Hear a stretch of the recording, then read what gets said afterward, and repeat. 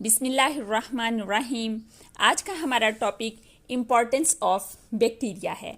Bacteria की importance का मतलब सिर्फ फ़ायदे नहीं है, बल्कि इम्पॉर्टेंस का मतलब बेनिफिट और हार्म्स दोनों है। क्योंकि जो चीज़ हमें नुकसान पहुंचाती है वो भी हमारे लिए इम्पॉर्टेंट होती है, हम उसे इम्पॉर्टेंस देते हैं।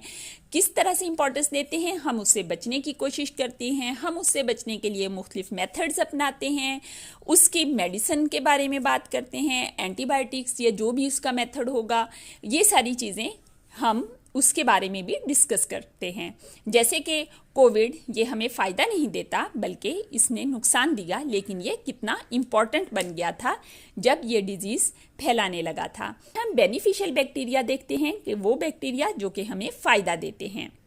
बहुत सारे बैक्टीरिया जो पाए जाते हैं उनमें से ऐसे हैं जो कि इकोलॉजिकली यानी कि हमारे एनवायरनमेंट को भी फ़ायदा देते हैं, एज वेल एज इकोनॉमिकली यानी कि हमें मनी के हवाले से भी बेनिफिट देते हैं। बैक्टीरिया आर रिसाइकलर यानी कि रिसाइकल करते हैं कंपाउंड्स को अपने मटेरियल से जिसमें वो कंपाउंड प्रेजेंट होते हैं, रिलीज करा के रिसाइकल कर देते हैं, एनवायरनमेंट में भेज देते हैं ताकि वो चीज़ दोबारा इस्तेमाल हो सके। इस तरह से बायोकेमिकल साइकिल्स में ये चीज़ों को अगेन एंड अगेन अवेलेबल करते हैं लिविंग ऑर्गेनिजम्स के लिए, और फिर मुख्तलिफ chemicals between the organism and their environment move करते रहते हैं। जैसे कि हमने पिछले टॉपिक में भी पढ़ा कि नाइट्रीफाइंग बैक्टीरिया, जिसमें नाइट्रोजोमोनास, नाइट्रोबैक्टर एंड अजोटोबैक्टर हैं, ये तीनों नाइट्रीफाइंग बैक्टीरिया हैं। और इसके अलावा डीनाइट्रीफाइंग बैक्टीरिया हैं जिनमें से सूडोमोनास है। ये सिग्निफिकेंट रोल प्ले करते हैं in the completion of nitrogen cycle. ये नाइट्रोजन को प्लांट्स को अवेलेबल करते हैं। इसके अलावा कुछ ऐसे भी हैं जो कि डीकम्पोजर हैं और वो डीकम्पोज करते हैं डेड ऑर्गेनिक मैटर को, और उनकी बॉडी में जो कार्बन और हाइड्रोजन और ऑक्सीजन लॉक्ड होती है उसको रिलीज कर देते हैं ताकि वो अगेन यूज हो सके मुख्तलिफ चीज़ों के फॉर्मेशन पे। इसके अलावा फोटोसिंथेटिक बैक्टीरिया हैं जैसे कि सियानोबैक्टीरिया हैं। ये फ्री ऑक्सीजन को अवेलेबल करते हैं, फोटोसिंथेसिस करके फ्री ऑक्सीजन प्रोड्यूस करते हैं और वो ऑक्सीजन अवेलेबल होती है फॉर द रेस्पायरेशन। इस तरह से हमने 3 इनके रोल पढ़ लिए नाइट्रोजन फिक्सेशन में। इसके अलावा ऑर्गेनिक मटेरियल की डीकम्पोजिशन करके रिसाइकल करते हैं चीज़ों को, और ऑक्सीजन, फ्री ऑक्सीजन प्रोड्यूस करते हैं और एनिमल्स और प्लांट्स को अवेलेबल करते हैं। बैक्टीरिया बहुत से यूजफुल प्रोडक्ट्स बनाते हैं, जैसे कि लैक्टोबैसिलस एक टाइप है बैक्टीरिया की। ये ईस्ट और मोल्ड्स के साथ मिलकर बहुत सारी फर्मेंटेटेड फूड्स जैसे कि चीज़ है, पिकल्स है, चीज़ पनीर को कहते हैं, पिकल अचार होते हैं, सोया सॉस है, विनेगर है, वाइन्स हैं और योगर्ट हैं। इसके अलावा ये बैक्टीरिया फार्मास्यूटिकल कंपनीज भी यूज़ करती हैं और एग्रोकेमिकल्स इंडस्ट्रीज़ भी यूज़ करती हैं। फार्मास्यूटिकल मेडिसिन बनाने वाली कंपनीज को कहते हैं, एग्रोकेमिकल एग्रीकल्चर यानी कि ज़राअत से रिलेटेड होती हैं।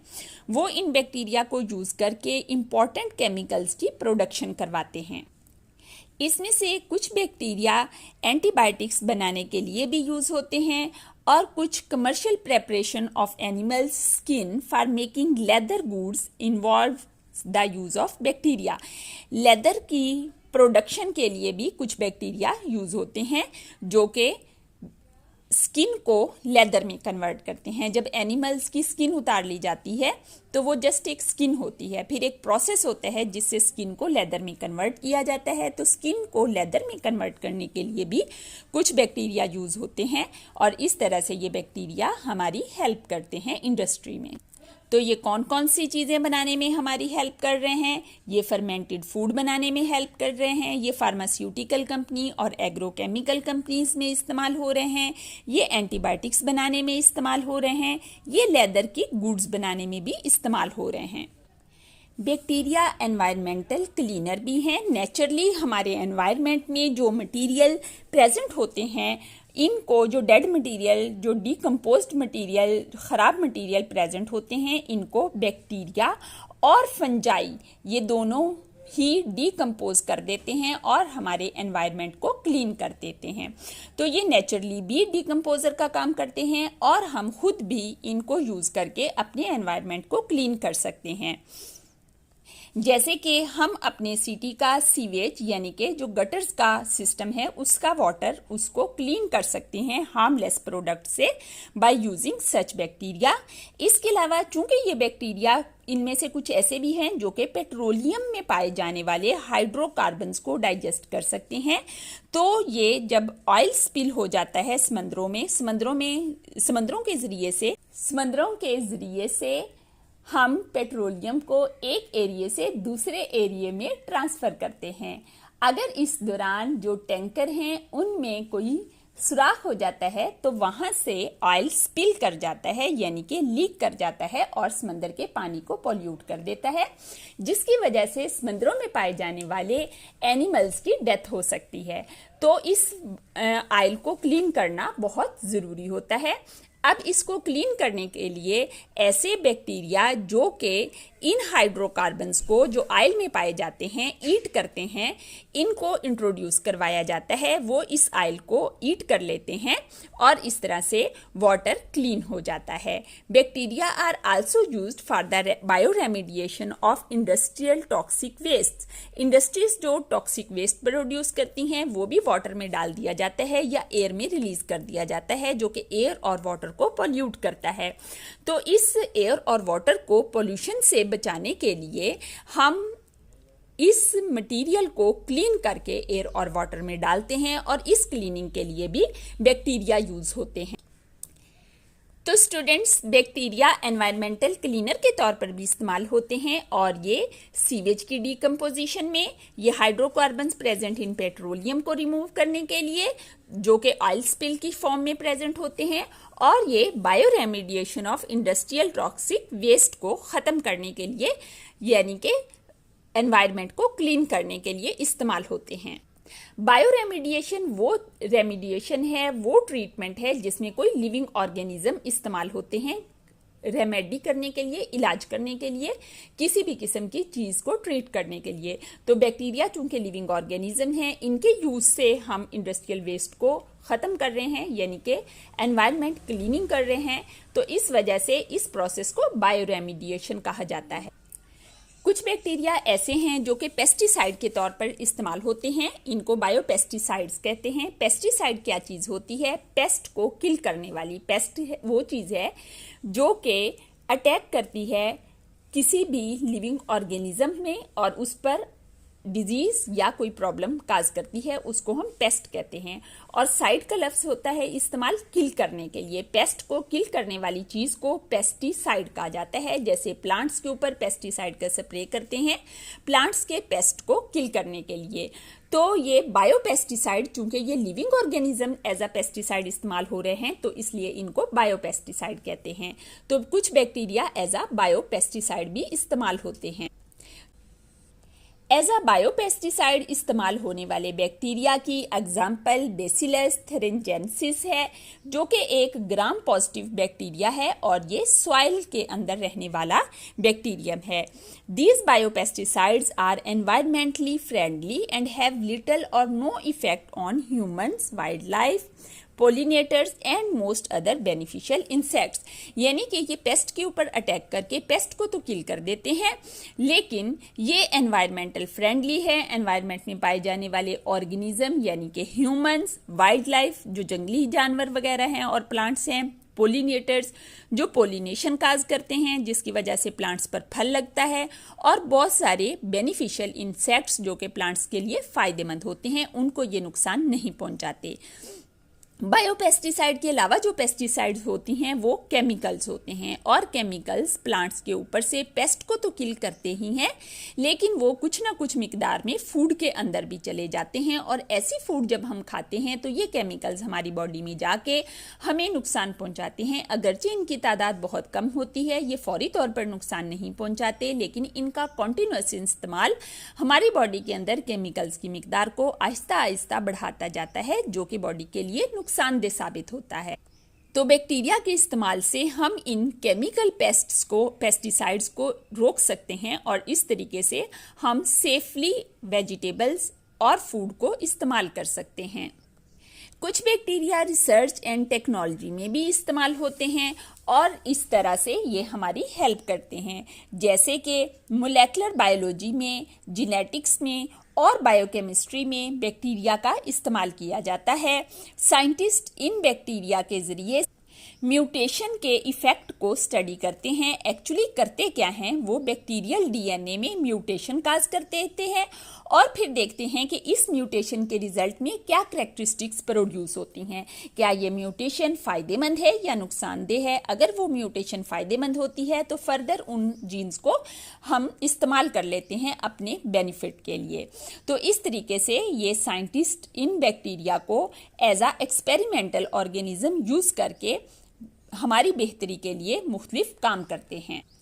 इसके अलावा ये function of genes and enzymes bacteria में स्टडी कर लेते हैं और इस तरह से हमें मुख्तलिफ जीन्स का फंक्शन और एंजाइम्स का काम समझ आ जाता है।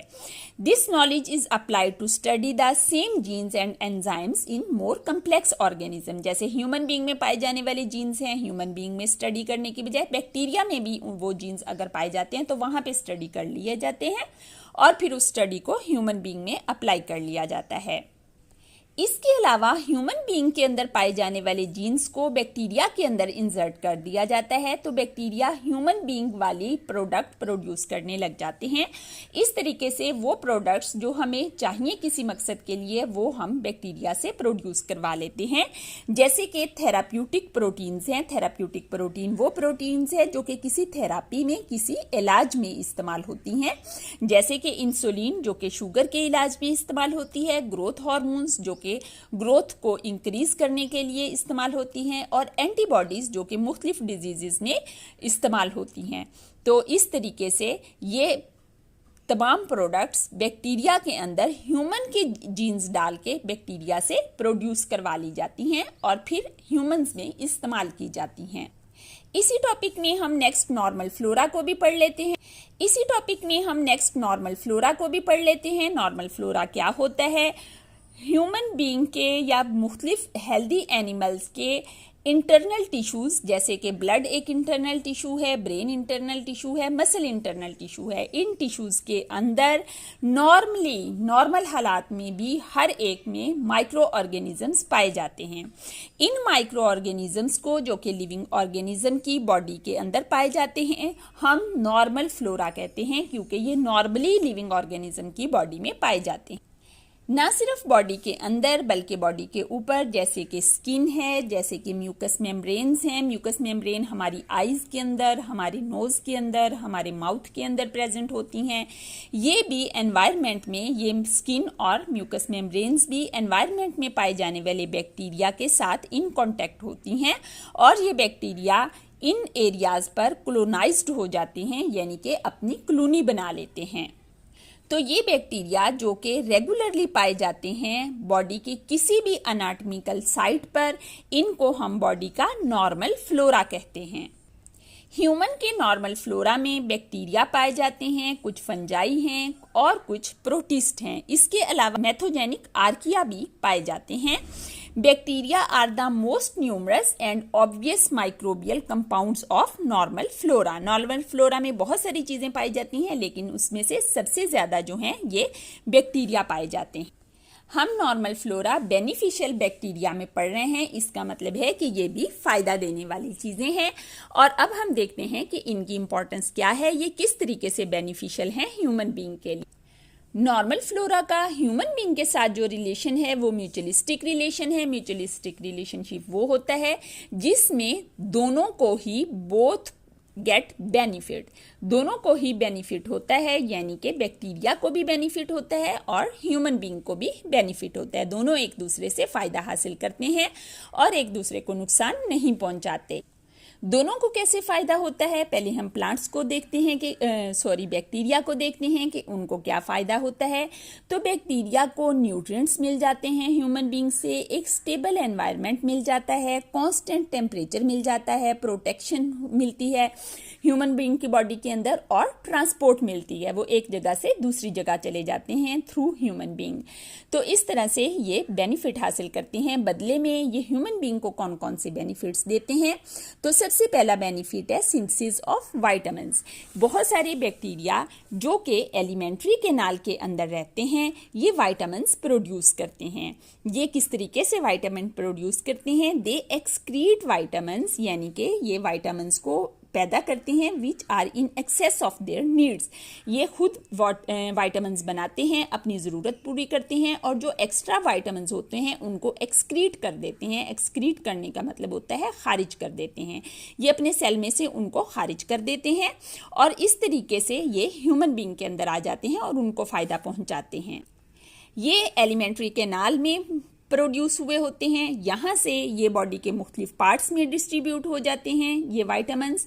जैसे कि एंटेरिक बैक्टीरिया, ये वो बैक्टीरिया होते हैं, एंटेरिक का लफ्ज़ इंटेस्टाइन से रिलेटेड है, तो ये वो बैक्टीरिया हैं जो कि इंटेस्टाइन में पाए जाते हैं। ये बैक्टीरिया विटामिन के और विटामिन B12 बनाते हैं। एंड लैक्टिक एसिड बैक्टीरिया, ये वो बैक्टीरिया होते हैं जो कि लैक्टिक एसिड प्रोड्यूस करते हैं, उनको लैक्टिक एसिड बैक्टीरिया कहा जाता है। Lactic acid bacteria vitamin B produce करते हैं। ये विटामिन्स इंटेस्टाइन से बॉडी के मुख्तलिफ पार्ट्स में जाते हैं और वहाँ पर बॉडी को फ़ायदा पहुँचाते हैं। तो यहाँ पर हमने देखा कि ये कौन कौन से विटामिन्स प्रोड्यूस कर रहे हैं, vitamin K, vitamin B12 and vitamin B। Next benefit जो ये पहुंचाते हैं, they prevent colonization by pathogens, यानी कि ऐसे पैथोजेंस वो चीज़ होती है जो नुकसान पहुंचाती है, तो ये नुकसान पहुंचाने वाली चीज़ों को प्रिवेंट करते हैं, वो बॉडी में उनकी कॉलोनी नहीं बनने देते। The bacteria of normal flora compete with pathogens for attachment site and nutrients, क्योंकि अटैचमेंट साइट जहाँ पर पैथोजेंस ने अटैच होना होता है वहाँ पर ये अटैच होते हैं, वहाँ से ये न्यूट्रिएंट्स ले रहे होते हैं, तो ये उनके साथ कंपटीशन करते हैं, उनको वहां से भगा देते हैं पैथोजेंस को, और इस तरह से हमारी बॉडी एक बेनिफिट हासिल कर लेती है इन बैक्टीरिया की प्रेजेंस की वजह से। इसके अलावा जो बैक्टीरिया बेनिफिशियल बैक्टीरिया हैं, ये इनहिबिट और किल कर देते हैं पैथोजेनिक बैक्टीरिया को। अगर ये पैथोजेनिक बैक्टीरिया किसी तरीके से हमारे इंटेस्टाइन में आ जाते हैं तो इंटेस्टाइनल बैक्टीरिया इन पैथोजेनिक बैक्टीरिया को या तो किल कर देते हैं या उनकी ग्रोथ को रोक देते हैं, और या उनको क्लोनाइज होने से रोक देते हैं, और इस तरह से हमारी बॉडी इन बैक्टीरिया से फ़ायदा उठा लेती है। हमारी बॉडी में जो चीज़ बाहर से एंटर होती है उसको हम एंटीजन कहते हैं, और नॉर्मल फ्लोरा अगरचे ये बॉडी के अंदर रहता है, ये भी एंटीजन के तौर पर काम करता है। एंटीजन जब भी बॉडी के अंदर होती है या बाहर से आती है तो एंटीजन के रिस्पॉन्स में बॉडी में एंटीबॉडीज प्रोड्यूस होती हैं जो कि बॉडी को डिजीज से लड़ने की खसूसियत देती हैं। तो नॉर्मल फ्लोरा जो कि एंटीजन के तौर पर काम करता है, ये बॉडी के अंदर एंटीबॉडीज प्रोड्यूस कर देता है जो कि इंड्यूस करता है इम्यूनोलॉजिकल रिस्पॉन्स, यानी कि बॉडी में इम्यूनिटी प्रोड्यूस कर देता है, डिजीज से लड़ने की एबिलिटी प्रोड्यूस कर देता है। अगरचे जो एंटीबॉडीज ये प्रोड्यूस करते हैं ये लो लेवल ऑफ एंटीबॉडीज होती हैं, बहुत थोड़ी मिकदार में होती हैं, और ये जब बॉडी के अंदर बाहर से कोई पैथोजेंस आता है तो ये थोड़ी मिकदार में जो एंटीबॉडीज प्रोड्यूस हुई होती हैं ये उस पैथोजन के साथ लड़ाई करते हैं और उनको इन्फेक्शन और इन्वेजन यानी कि बॉडी में दाखिल होने से रोक देते हैं। बॉडी में तो ये दाखिल हो चुके हैं, देन किस किस्म की इन्वेजन को रोकते हैं, फर्दर मुख्तलिफ ऑर्गन्स में दाखिल होने से, आगे फैलने से ये रोकते हैं। तो इस तरह से ये बैक्टीरिया हमारी बॉडी के अंदर बाहर से आने वाले पैथोजेंस के खिलाफ एंटीबॉडीज प्रोड्यूस करके इम्यूनोलॉजिकल रिस्पॉन्स भी प्रोड्यूस करते हैं। तो इस तरीके से आपने देखा कि बैक्टीरिया हमारे एनवायरनमेंट में, हमारे बॉडी में बहुत सारे बेनिफिट्स हमें पहुंचाते हैं। बैक्टीरिया ना सिर्फ हमें फ़ायदा देते हैं बल्कि हमें बहुत सारे नुकसान भी पहुंचाते हैं। जैसे पीछे हमने बहुत सारी डिजीज़ के बारे में पढ़ा है, डीनाइट्रीफाइंग बैक्टीरिया के बारे में पढ़ा है, तो ये हमें नुकसान भी पहुंचाते हैं। लेकिन हमारी बुक में ये टॉपिक सिर्फ बेनिफिट्स की हद तक है, तो इस वजह से हम इसको यहीं पे क्लोज करते हैं। और नुकसान जो ये हार्म्स पहुंचाते हैं, ये पीछे हम मुख्तलिफ टॉपिक्स में पढ़ते आए हैं। तो आज का हमारा टॉपिक यहाँ पर ख़त्म हो जाता है। बैक्टीरिया हमने पढ़ लिया है, नेक्स्ट हम वायरसेस को पढ़ेंगे।